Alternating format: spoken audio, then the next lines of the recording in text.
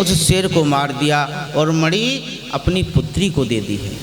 वो भालू कोई और नहीं, जामवंत जी महाराज थे। कहते हैं कई दिनों तक जब शिकार खेल करके प्रसेन घर नहीं पहुँचे तो सत्यराजित जी ने ये डिडोरा पिटवा दिया। बोले मुझे तो ऐसा लगता है कहीं द्वारका नाथ ने ही मेरे भाई को तो नहीं मरवा दिया मणि के लालच में। कहते हैं कर्णे कर्णे जपन जना। धीरे धीरे ये बात पूरी द्वारका में फैल गई और उड़ती उड़ती बात आज द्वारका नाथ के कान में भी पड़ गई। जब इतनी बात द्वारका नाथ के कान में पड़ी है तो कहते हैं व्यक्ति के जीवन में जब संकट आता है तो सबसे पहले कहाँ जाता है? अपने गुरु के पास। तो द्वारका नाथ गर्गाचार्य महाराज के पास गए और कहा, बोले गुरुजी जरा देखो तो सही पंचांग उठा करके। क्या बात है, ये झूठा कलंक मुझे किस लिए लग गया? तो गर्गाचार्य महाराज ने अपनी जो है पंचांग में देखा। बोले कृष्ण मुझे तो ऐसा लगता है कि तुमने जो है भादों की चौथ का चंदा देख लिया, इसलिए तुम्हें झूठा कलंक लग गया। कहते हैं भादों की शुक्ल पक्ष की चौथ को जो चंद्रमा देख लेते हैं उनको झूठा कलंक लग जाता है, इसको पथवारी चौथ भी बोलते हैं।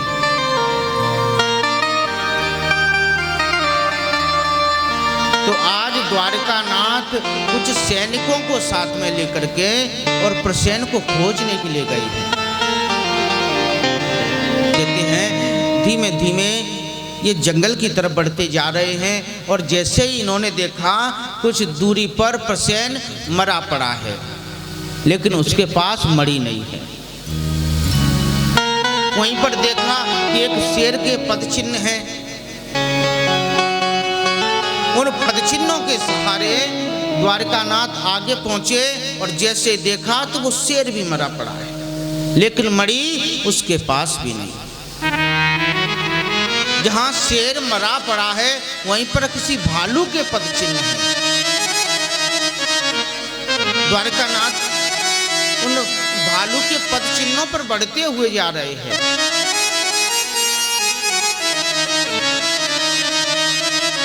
उन पदचिन्हों पे चलते चलते आज द्वारकानाथ एक गुफा के दरवाजे पर पहुंच गए। सैनिकों से कहा, बोले देखो आप लोग यहीं रुकना, मैं इस गुफा के अंदर जा रहा हूं। और जैसे ही द्वारकानाथ उस गुफा के अंदर गए हैं, देखा है तो जो भालू की पुत्री है वो उस मणि से खेल रही है।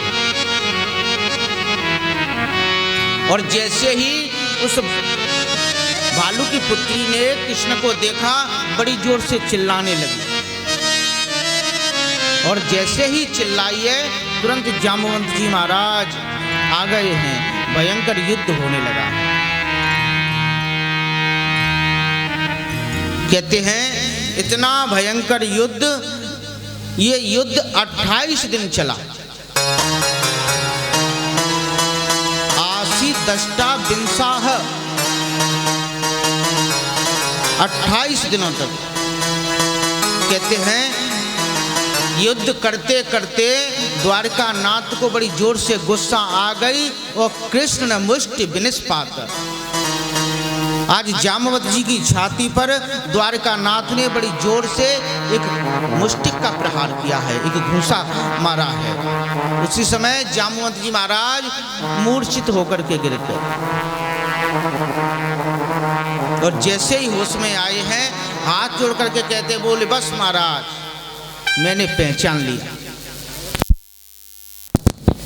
बोले आप तो मेरे राम जी हो महाराज, बस अब मत दे देना नहीं तो मर जाऊंगा। परीक्षित ने पूछ लिया, बोले महाराज जामवंत जी का और कृष्ण का युद्ध क्यों हुआ? बोले इसकी भी एक कहानी है। बोले जिस समय लंका पर विजय प्राप्त कर ली भगवान राम ने, सभी वानरों से कहा, बोले महाराज आप सबने मेरी बड़ी मदद की है, आप सब वरदान मांग लो।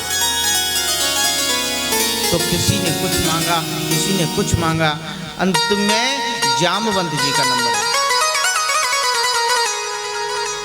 जामवंत जी कहते हैं, बोले महाराज मैं क्या मांगू? राम जी कहते देखो मांगो, आप तो सबसे बड़े हो, बुजुर्ग हो, आप मांग लो। जामवंत जी कहते हैं, बोले प्रभु अगर देना चाहते हो ना तो केवल एक वरदान दे दो। बोले क्या? बोले ये जो लंका में युद्ध हुआ है ना, इस लंका के राक्षसों में कोई भी राक्षस मेरी टक्कर का नहीं था, मैं युद्ध किससे करता?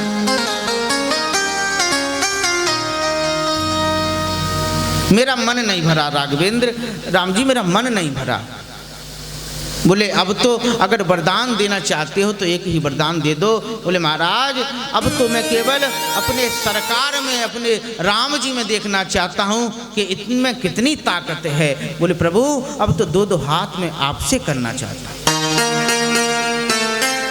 राम जी कहते हैं देखो जामवंत जी, इस समय जो मैंने अवतार लिया है ना, ये मर्यादा का अवतार है, मेरे पग पग पर मर्यादा बंधी हुई है। अगर इस समय मैं तुमसे युद्ध करता हूं तो मैं स्वामी हूं, तुम मेरे सेवक हो, और स्वामी सेवक का जो युद्ध है ना वो मर्यादा के खिलाफ है।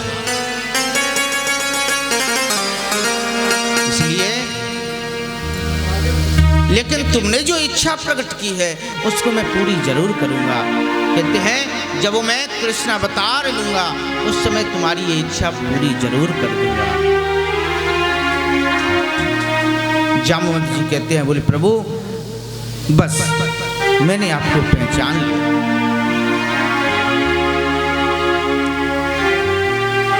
जैसे ही